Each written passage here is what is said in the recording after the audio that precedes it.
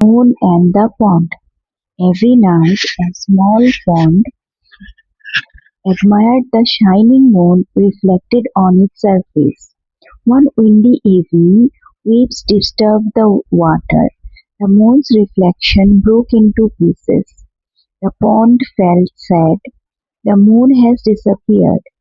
But when the water became still again, the reflection returned perfectly.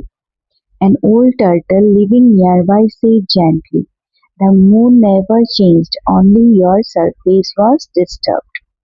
তো একদিন কি হয়েছিল, একদিন রাত্রেবেলা একটা ছোট একটা পন্ডের মধ্যে মনের যে রিফ্লেকশন, যে লাইটটা ওইটা এসে পড়ছিল।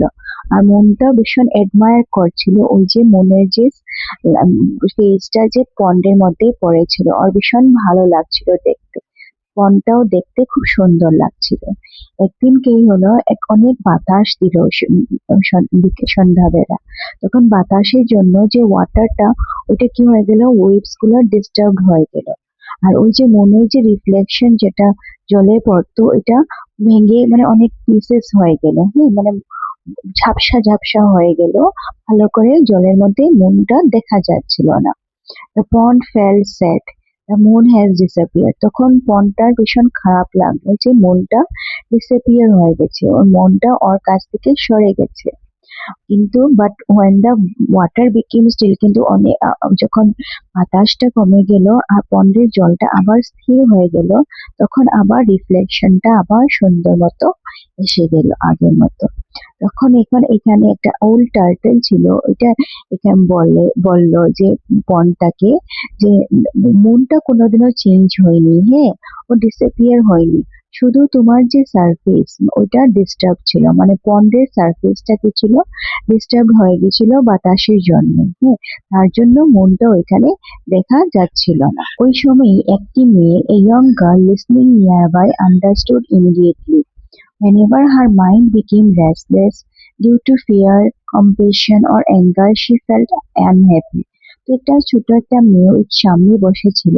তো ওইসব দেখে ও এটা জিনিস বুঝতে পারলো যে যখন ওর মাইন্ডটা রেস্টলেস থাকে, ওর মনে অনেক ভয় থাকে, হ্যাঁ, বা কম্পারিজন থাকে, অন্য কারোর সঙ্গে কম্পেয়ার করছে নিজেকে, বা ওর মনের ভিতরে ভীষণ অ্যাঙ্গার আছে, অনেক রাগ উঠে আছে, তখন কি হয়, ওর মনটা ভালো লাগে না, তখন ও ভীষণ আনহ্যাপি ফিল করে। But piece return whenever she calmed her thoughts.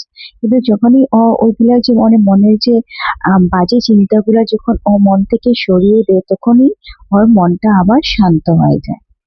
Like the pond, happiness depends on inner stillness, not outside condition.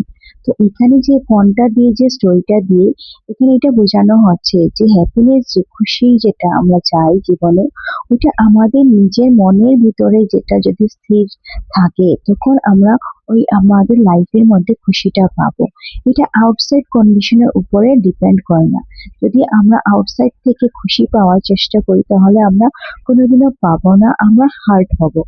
আগে কি করতে হবে, আমাদের মনটাকে শান্ত রাখতে হবে, তখনই গিয়ে আমরা সত্যিকারের খুশি হতে পারবো। From that day she practiced deep breathing whenever she felt stressed. তো তখন থেকে ওই মেয়েটা যখনই মানে ভীষণ ওর স্ট্রেস ফিল হচ্ছিল, আর এনজাইটি হচ্ছিল, বা ওর ভয় লাগে, বা ওর খুব বেশি রাগ ওঠে, তখন ও কি করতো, একটু ডিপ ব্রিথিং করতো, বড় জোরে করে শ্বাস নিত আর আস্তে আস্তে ছাড়তো। Her mind became clearer, decision wiser and confidence stronger. আর এই যে প্র্যাকটিসটা করার কি হয়েছিল, ওর মাইন্ডটা ক্লিয়ার হয়ে যাচ্ছিল, আর ডিসিশন গুলা ভীষণ ওয়াইজ হচ্ছিল, আর ওর মধ্যে যে কনফিডেন্স ওটা স্ট্রং হয়েছিল। The moon continued shining, teaching silently every night. এই যে মুনটাও এরকমই ভাবে ওই শাইন করছিল, আর ওইভাবেই আমাদেরকে লেসনটা দিচ্ছিল, টিচিং সাইলেন্টলি এভরি নাইট। তো এই স্টোরি থেকে আমরা কি মরাল পাই, যে আমরা এই একটা মরাল পাই যে যখনই আমাদের মাইন্ডটা যখন কাম থাকবে, তখন আমরা সত্যিটা ভালো করে ক্লিয়ারলি দেখতে পারবো না। যদি আমাদের মাইন্ডটা ক্লিয়ার থাকে না, তখন আমরা সবকিছু ঝাপসা দেখবো। আমাদের মনের ভিতরে যদি রাগ, অহংকার, তারপরে প্রাইড, জেলাসি, এইসব যদি ভাব থাকে, তো তখন কোনোদিনও আমরা মনের ভিতরে শান্তি পাবো না, আমরা হ্যাপিনেস খুঁজে পাবো না। আর আমাদের যে ট্রুথটা থাকবে এটা আনক্লিয়ার থাকবে। হ্যাঁ, তো যদি তোমরা নিজের লাইফের মধ্যে হ্যাপি থাকতে চাও আর নিজে মানে ওই যে সত্যিকারের যে ট্রুথটা ওটা যদি দেখতে চাও, তো তখন সবসময় আগে নিজের মনটাকে স্থির করতে হবে। আর তার জন্য আমরা কি করতে পারি, আমরা ডিপ ব্রিথিং করতে পারি। আমাদের এই ডিপ ব্রিথিংটা করলে আমাদের মাইন্ডও ক্লিয়ার হবে, আমাদের ফোকাস আর কনসেন্ট্রেশনটাও বাড়বে।